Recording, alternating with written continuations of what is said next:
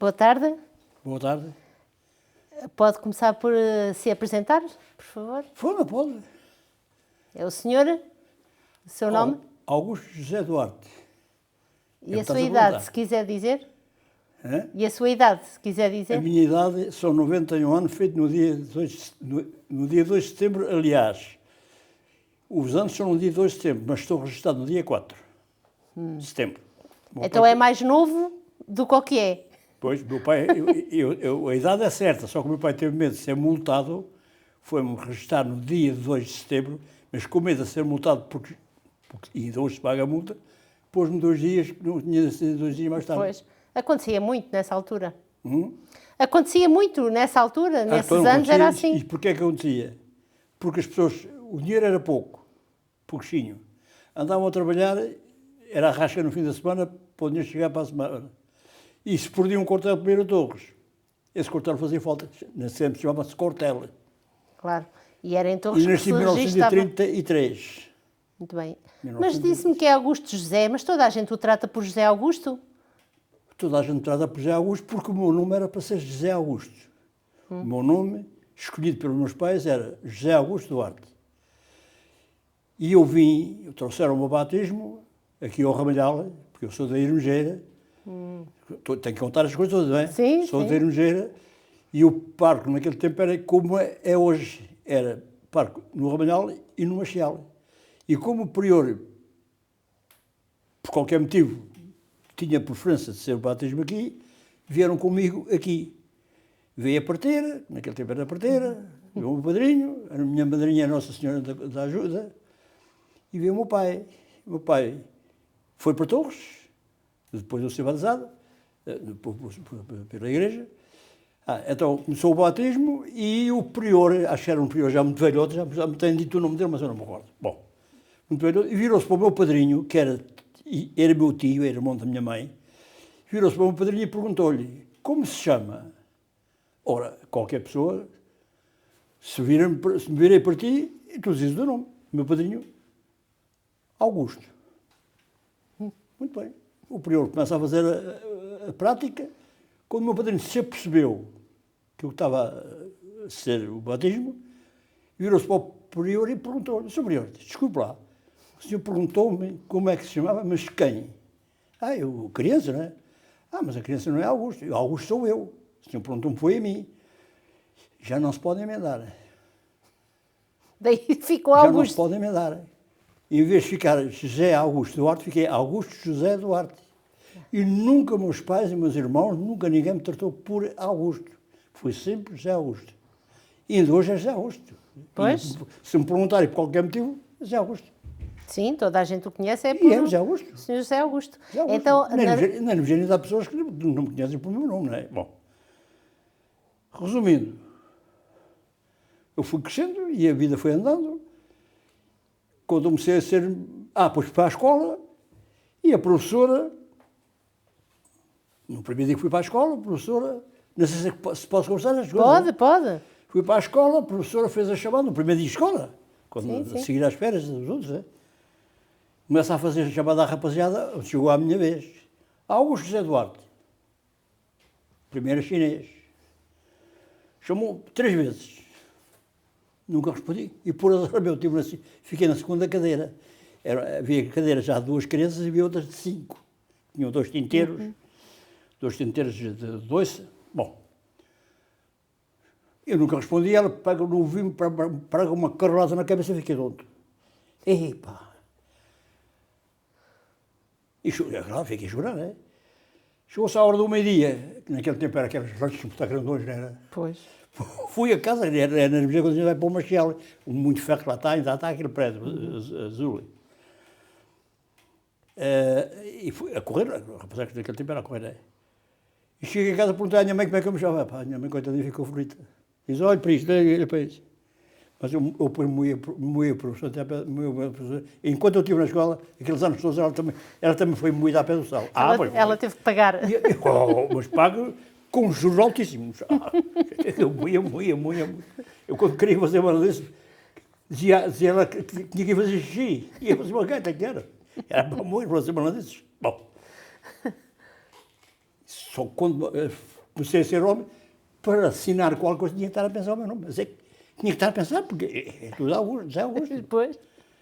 E só assim, depois eu fui habituada, porque eu estive na Nazaré muitos anos, muita gente não gostou, o meu nome, é claro. Porque era Augusto, era Augusto. Augusto era Augusto. Zé Augusto, qualquer coisa me pergunta, Zé Augusto. É. Uma vez, aqui há uns anos, andámos nós, do respectivo coro, convidaram-me, o Carlos Terence, para fazer parte dos membros da Junta de Freguesia, para a Junta. E como ninguém me conhecia por nome, puseram Augusto José Duarte e a minha fotografia. Foi a única que estava no placar, era a minha fotografia, para saberem quem era esse Augusto José Duarte. Porque Augusto José Duarte ninguém sabia quem era. Quem era o Augusto José? A Odile, não. A Nanita viu aquilo, também andava no coro. Oh, Ana, não tem para se chama Zé Augusto. Disse a minha filha assim, olha que abriu, não estás a contar tatuagens que eu não sabia. Afinal é Augusto Duarte. Porque viu a fotografia, que eu não sabia quem era. Claro. E é assim a vida. Aí está a história. Falou da escola primária, que andou na escola primária. Sim. Era lá na Ermejeira? Era, na Ermejeira. E como é que era com tinta? Não, era com o quê? Como é que escrevia? Era com tinta? A gente tinha lápis, tínhamos lápis. Eram os lápis de carvão? Sim, lápis de carvão, e havia as borrachas, e havia aquela tralha toda, e havia os tinteiros com tinta, com um aparo, aquelas canetas com um aparo. Molhava na tinta? Molhava na tinta, mas tinta de um tinteiro, era. Tinha dois tinteiros, aquelas maiores, dois tinteiros que eram 5 rapazes, ou rapazes ou raparigas, sabe? Era melhor na tinta. E conseguiu, foi até ao 4º ano? Hã? E foi até ao 4º ano? Não, era mais o tempo que eu tinha que ir para trabalhar do que para a escola. Pois. Naquele tempo era assim. Então só fiz a terceira classe. Foi na tropa. E a 4ª classe foi depois lá já na Nazaré. Então e depois como é que saiu da Abrunheira? Diz? Quando saiu da Abrunheira, foi viver para a Nazaré. Da Brilheira, não, da Ermejeira. Da Ermejeira e foi viver para a Nazaré. Eu andei a trabalhar, comecei a crescer e havia um senhor, uma casa muito rica, e eu comecei ali a trabalhar, o prédio era mesmo da casa dos meus pais, e para aqueles patrões que eu comecei a ir, mas o marido da Elícia, aquele António, chamava António, desculpa, as pessoas que têm um bocadinho, António Pereira, era o nome dele, António Pereira. Bom, fomos sempre dois colegas de trabalho, sempre juntos, logo de rapazecos, cartar água para o sulfato, etc. E andei para esse patrão muitos anos, andei no Lagar de Azeite, trabalhei no Lagar de Azeite, e mais ele. Trabalhei sempre esse patrão. Depois, antes de ir para a tropa, faltou um tratorista na Nazaré, que era puxar os barcos. Antigamente era com bois, depois ele pôs lá máquinas, mas um tratorista foi-se embora, precisava de um, e queria-me levar para lá, e antes de ir para a tropa, eu não quis ir. Depois vi da tropa.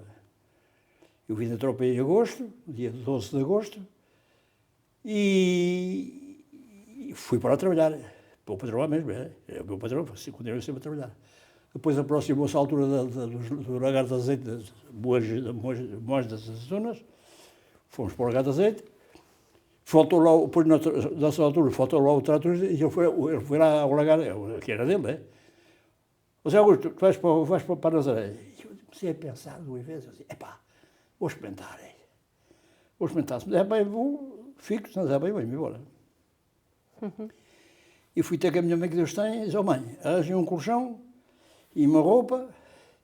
Eles que ia lá toda semana, ia, e levavam coisas para fazer o comer, etc. Mas eu não tinha vaga para fazer comer, nem eu, nem os outros. Mas a minha mãe tinha muito medo que eu não tratasse bem, que apanhasse uma tuberculose, alguma coisa, que ele teve muita tuberculose, não é? A própria patroa da casa, a dona da casa, eu era lá o bandalhete da casa, né? Tem cuidado, já hoje tu podes apanhar uma doença, que aquilo é um ar muito forte, e quando tens de comer bem. Minha senhora, eu não faço contrato nenhum. Eu vou experimentar, se não vir que não dá para mim, venho-me embora. Eu venho embora. Bom, para lá fui. Depois fui uma bidão, tive lá um colega muito bom que me segurou, também não me habituava lá com o ambiente da linguagem daquela gente, nem com o próprio trabalho, mas fui-me habituando e fiquei. E lá tive aqueles anos todos, depois estabeleci-me. E foi lá que conheceu E lá fiquei, a sua mulher? tive lá 27 anos. E foi lá que conheceu a sua mulher? Não, já não namorava a minha mulher. Ah, já namorava? Ela foi consigo? Olha outra história que eu posso contar. Eu já namorava a minha mulher, que arranjei namoro com a minha mulher num legado até. Foi sempre muito ordinário. Já trabalharam lá no legado de azeite, como eu disse, e o Zé Esquechado, tu o conheceste, arranjou aí duas raparigas. O patrão precisava lá de duas raparigas, ou duas mulheres, fazer limpeza às tulhas do azeite e etc. Coisas que eram precisas, trabalho de mulher. E o Zé Esquechado que arranjou a Diolinda, falou à Diolinda, Sapa, e a minha mulher. E apareceram lá aquelas duas raparigas para trabalhar. E foram lá para trabalhar, lá para lá trabalhar. E eu comecei lá a conviver com ela, a conversar com ela, aquela graxista, né, que eu também me ajeitei um bocadinho, não era? Naquele tempo, agora já não. Agora já não vai ninguém na sua conversa. E se arranjou namoro com ela, e antes de ir para a tropa. Fui para a tropa e vi, continuámos a namorar. Fui para a Nazaré, fui para sozinho, como eu já disse, né? Mas eu não tinha vagar para fazer comer. A gente naquele trabalho não tínhamos horário de trabalho. Nunca tínhamos horário. Eu dizia, pá, não posso estar aqui porque não tenho. Às vezes estava a começar a comer, tinha claro qual tinha que trabalhar. O que é que eu ouvia de pensar? Naquele tempo as raparigas iam servir, né? Agora já não. O que é que eu ouvia de pensar? Ela estava no pisão a servir. No pisão? Sim, sim. Arranjei a maneira de a convencer a ir para lá. Tinha arranjado lá uma casa para onde ela ia servir, uma casa boa, mas isto, mas aquilo. Estava com medo de ir, pedi os pais, mas isto, mas aquilo. Lá convenceu os pais, foi. Isto no dia 15 deste mês, olha, de abril. Fui para lá. Eu fui esperar a caminhonete, me compostasse, né? Fui para lá a caminhonete e fui apresentar o meu presente. Onde eu vivia, tinha alugado lá uma casita. Bom.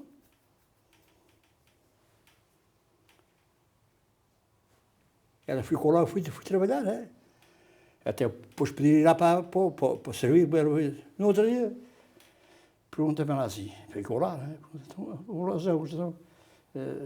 hoje vamos ver onde é que eu vou servir. Oh, filha, não estás bem? Já estás, amanhã depois onde não puderes.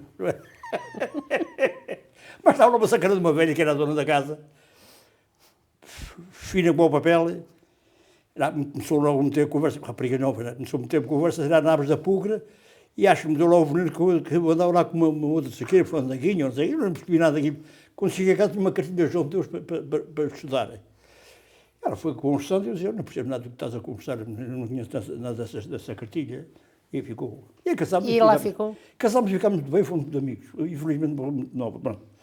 E depois como é que volta para o Ramalhal? Para o Ramalhal. Para o Ramalhal foi muito fácil. Infelizmente. Aí já foi infelizmente. Portanto, dei a trabalhar com máquinas uns 6 anos, depois arranjei um mal na coluna, porque a máquina naquele tempo aquilo era salto e salto, não tinha um professor, não tinha nada, aquilo arrebentava com a gente, não é? Eu tive que ser reformado antecipadamente, porque não podia mais trabalhar, mesmo os médicos não andavam, diziam que não podia continuar. E consegui reformar, não podia. Tinha uma pessoa muito amiga, que tinha lá, era de uma terra chamada Mendiga, Porto de Santarém, Porto Pons. Ia virar um estabelecimento no meu pé da minha casa, que estava aqueles velhotes que queríamos passar aquilo. E o homem disse, Sr. Augusto, a Luísa vais passar a casa para você agarrar aquilo, que aquilo parecia bom. Eu digo, Sr. António, eu nunca tive um balcão, sei lá, uma coisa de balcões, pá, eu não percebo nada daquilo. Você aproveite que você vai se desenrascar. E o doutor, um médico que era muito amigo da gente lá da casa, e eu que olhava para o Luís, que por acaso era advogado de saúde naquela altura, dizia-me para mim que eu que arranjasse um emprego e fosse com a Ana, era muito vinha, comprasse um carro e fosse vender. E pá, fez, fiz qualquer coisa, porque não podia continuar aquele trabalho. E depois eu fui ter-me e tomei conta daquela casa. Tomei casa de espaço, o estabelecimento, e fui para lá. Era um estabelecimento. Quando tomei conta do estabelecimento, fui lá, tive que ir tratar dos documentos para poder estar na casa, e era o advogado de saúde, e disse ao Sr. Doutor, olha, já arranjei o estabelecimento. Olha, é a casa tal, pegado com o seu prédio. É pá, fez muito bem. E fui para ali. Mas pus em nome da minha mulher. E porquê é que eu pus em nome da minha mulher? Por 2 motivos. Primeiro é que eu, naquela altura, já era empregado do Estado e não me convinha pôr em meu nome uma. Era empregado da Doca Pesca. Segunda, eu conversei com ela e disse, eu vou pôr em teu nome, porque a gente, quando for velhosos, infelizmente não aconteceu, a gente, quando for velhosos, vivemos melhor com 2 reformas do que só com uma. Eu nunca deixei a minha mulher ir trabalhar. Havia lá quem quisesse que ela fosse fazer limpeza para casa, não.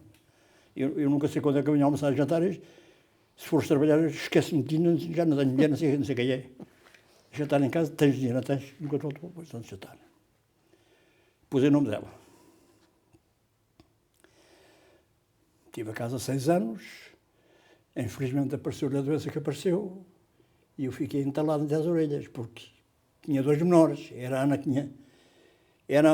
tinha 15 anos e era o Luís que ainda hoje é menor, não é? Pois. E como é que eu fazia aquele trabalho? Porque estava em nome dela a casa, eu tinha que passar e como é que era, para assinar. E então espacei a casa enquanto ela foi viva para ela assinar o despacho. E aí fizemos o prédio aqui e ela queria morrer em casa dela. Ela morreu onde tu estiveste há bocadinho. Ali é que ela morreu. Ali é que a gente passou o quarto, que era lá em cima, mas ela que pediu para vir cá para baixo. E então foi a maneira de eu ir para o Romelhor, que eu tinha lá a casa à mesma, era alugada, mas tinha lá a casa à mesma. Depois, claro, entreguei a casa aos donos e fiquei cá. E cá fiquei, e fiquei bem. Fiquei bem. Depois andou o Padre Rodamim para ir para a igreja, depois andou o Carlos Terço Rodamim para ir para a junta, depois andou... como tu viste. Então como é que é o início da sua vida de sacristão? A minha vida de sacristão foi bonita sempre, aturar mulheres. Aturar mulheres. Quem mandou a moer a cabeça para ir para a igreja foi a Tatão. O Padre Martino e a Tatão. Isto para estes meus tempos, olha, para Páscoa, em abril. E eu não queria, eu disse, o prior. Ele ia todos os dias à minha casa, que ele ia pôr o carro dele lá em cima, ao pé da minha porta, para pôr o carro de embalagem. O Padre Martino era assim, o carro dele era para assim. pegar de empurrão para poupar a Era sempre de embalagem, não era? Eu, coitadinho, quando vinha do carro que fosse, ia pôr o carro assim ao pé do Isaías. Deixava lá o carro. Punha ali, que era para depois de manhã pôr a trabalhar de embalagem. Ia logo visitar a minha mulher. Eu todos os dias ia à minha casa visitar a minha mulher. Já nem batia à porta e já disse. Entrar. Eu disse-me assim, Sr. Augusto, diga, Sr. Prior, você é um homem livre, não é? Eu, infelizmente sou, agora sou livre. Epá, você que era uma pessoa boa para ir para o pé de mim. Oh, Prior, por amor de Deus, pá.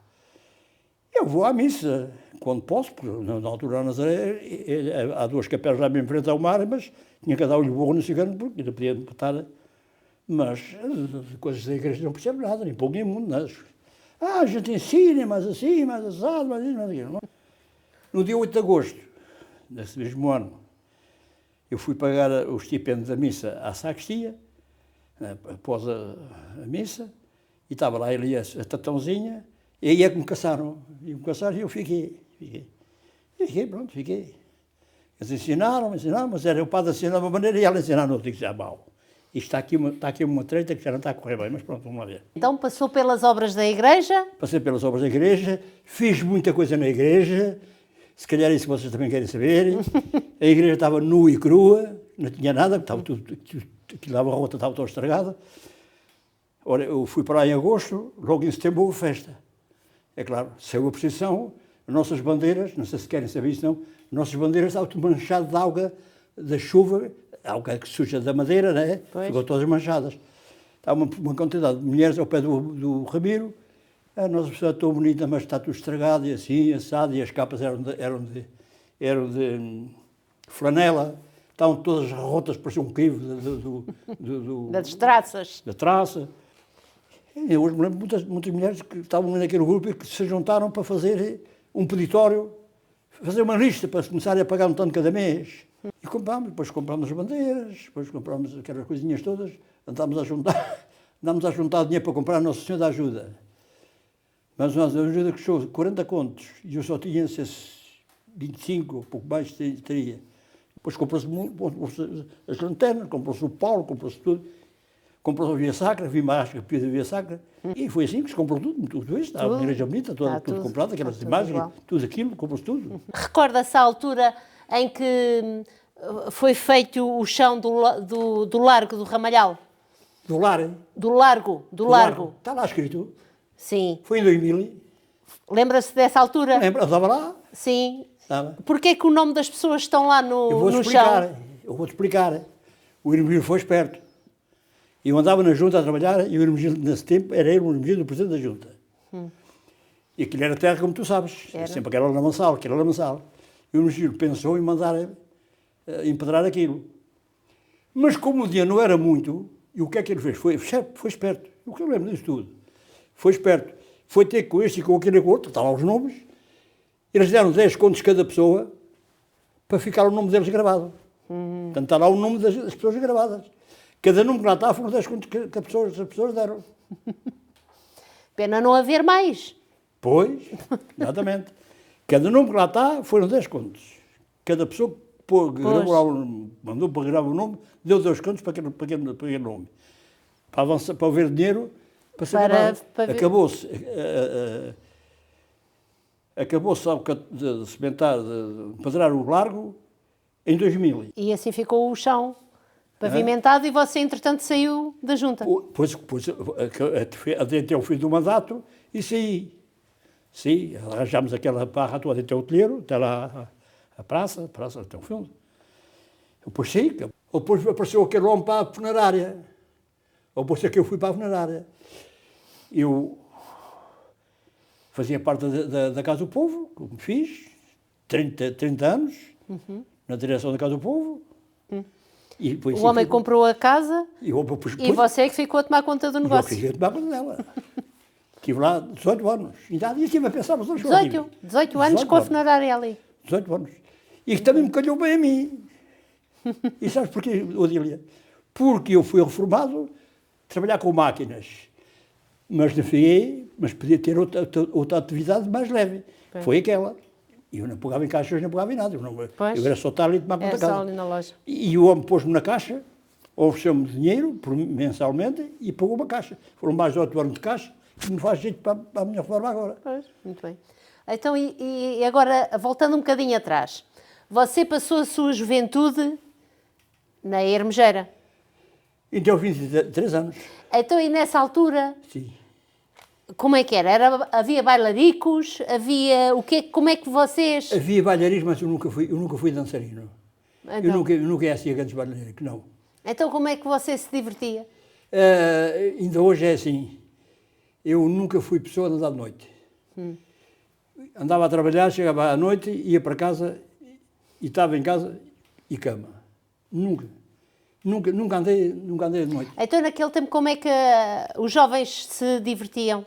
Hein? Naquele tempo, Sim. nesse tempo em que, quando você era novo, Sim. você não ia, mas os seus amigos e colegas, o que é que havia? Era bailaricos? Havia muita coisa. Havia bailaricos, havia o jogo do peão, havia o jogo do botão, havia muita coisa que a gente dizia. Juntavam-se? Juntavam-se e brincávamos de dia. A jogar ao peão, chegámos a estar horas e horas a jogar ao peão. A fazer aquela coxinha, a jogar ao peão. E jogar ao botão. Eu cheguei a apanhar porrada, desculpa a expressão que a palavra não é bonita.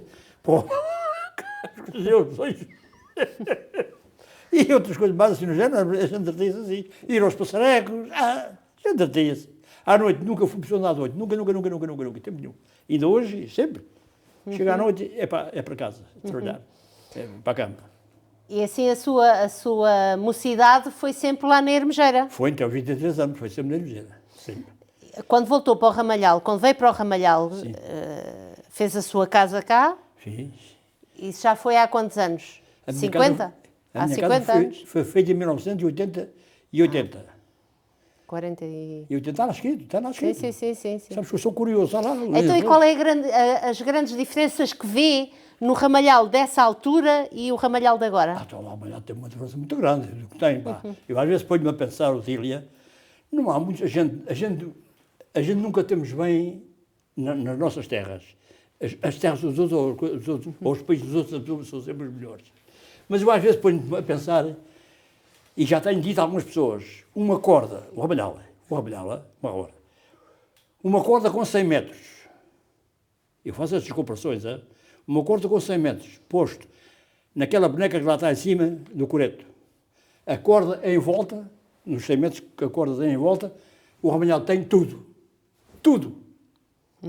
Olha, tem casa de vagens, tem papelaria, tem churrasqueira, tem agrolojas, tem a junta, tem os correios, tem o teu banco.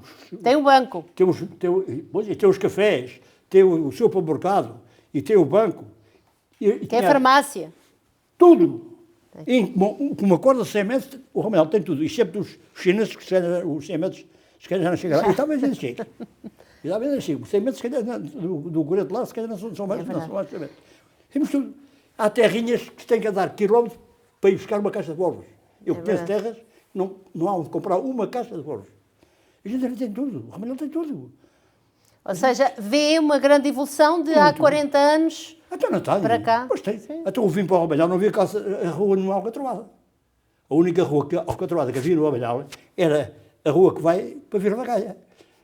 A primeira rua que se alcatrou no Ramalhal foi em volta do Coreto, em volta do Largo. Ali onde está a caixa, a coisa do telefone, o caminho do telefone, à volta, até à praça agora. Foi a primeira rua alcatroada. A primeira rua foi alcatroada, no Ramalhal. Foi aquela volta ali, eram uns tipos de leitões, dois irmãos, muitos canelados, muitos draganões, muitos caneladões, é que andaram a alcatrar aquilo. Foi a primeira rua, foi a alcatrou no Ramalhal. Não se via automóveis no Ramalhal. Se calhar não havia cá 5 automóveis no Ramalhal. Hoje não há um, já um. Pois. Hoje já estacionou por um. Ainda bem? Como não teve muito, pá. Muito. Casas velhas. Muito. A quantidade de Odília. Eu de noite estou a pensar as coisas todas porque eu sou pensativo essas coisas. Na minha rua, que eu já tenho uma rua, já estou riquito, ou ali no meu largo, se tu fores ver a minha porta, tem lá Largo Mestre Zé. Largo Mestre Zé. Porque aquele largo era todo nosso. Aquele largo que está ali em frente à minha casa era nosso. Era um quintal nosso, dos antigos donos da casa.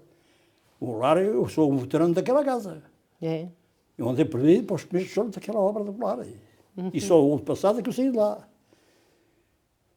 De início até o ano passado. É uma casa que também tem muito de si ali. Não Muitos é? anos. Muitos anos. Então, numa palavra, o que é o Ramalhal para si? O que é o Ramalhal para mim? Sim. Para mim é a minha terra. Presentemente é a minha terra.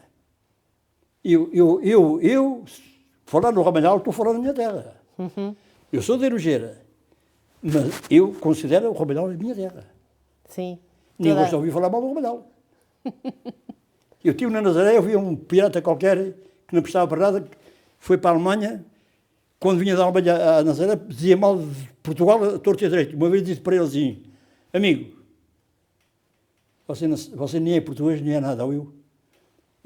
Disse para ele, eu sou de uma terra tão pequenina, como é tal qual como uma gota de água ali no oceano. Mas vocês nunca me ouviram falar mal da minha terra, muito menos da minha pátria, a minha bandeira onde eu nasci, a terra onde eu nasci, o país onde eu nasci. E você teve a orientar a dizer mal do seu país. Vê de lá cidade.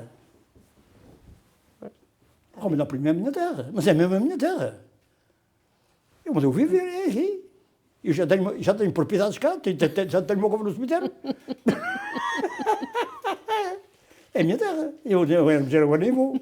Já não conduzo, infelizmente. Há mais alguma coisa da sua vida que queira partilhar connosco? Que se lembre?